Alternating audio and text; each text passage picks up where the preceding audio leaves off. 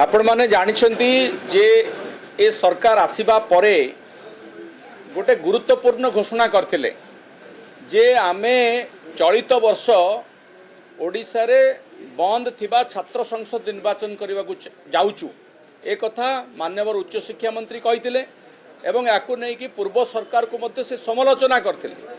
आमे आशा करूथुलु जे चलित वर्ष यथा समय रे छात्र संसद निर्वाचन अनुष्ठित हेबो, किंतु वर्तमान आउ मात्र 4-5 दिन पर दुर्गा पूजा छुट्टी पड़ो। आपण माने समस्ते जानिछन जे दुर्गा पूजा छुट्टी पूर्वरु छात्र संसद निर्वाचन हुए।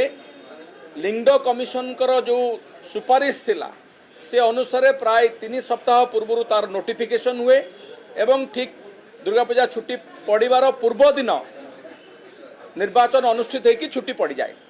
किंतु ए वर्ष कौ रहस्यमय कारणरू सरकार जो प्रतिश्रुति देइथिले माननीय मंत्री जो कथा कहिथिले ए पर्यंत छात्र संसद निर्वाचन करा जाउ नाही से कथा आमे जानी पारुना। आमे भावुचु आपण माने समस्त जो कथा गणमाध्यम रे बहुल भाव रे जो कथा उठिथिला सौम्याश्री बीसी घटना बालेश्वर रो मो निर्वाचन मंडली रो झियो जे कि न्याय मागिला एवं से न्याय मिलिला नाही बोली नियारे पोड़ी आत्माहुति कर देदेला। से घटना परे जो एबीवीपी रही भारतीय जनता पार्टी रो छात्र संगठन तांकर संपृक्ति बाहरिला एवं 2 जन छात्र नेता एबीवीपी रो गिरफ हेले।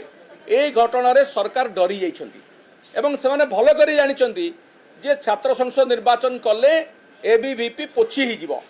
सेथि पई बारंबार एक कथा उठिला बेलू माननीय मंत्री कहते सकारात्मक वातावरण अच्छी आम करूँ कि प्रकार सकारात्मक वातावरण अच्छी एवं केबे से निर्वाचन करेंगे आउ तो निर्वाचन हबार समय गड़ीगला से कथा से स्पष्ट करंतु आउ जदि करेंगे ना से कथा भी स्पष्ट करंतु आम जानबू जे सरकार डरीगले बा भारतीय जनता पार्टी एबीवीपी जो कुकर्म करथिला से कुकर्मर फलस्वरूप से जानी जे से हारे से छात्र संसद निर्वाचन करूना।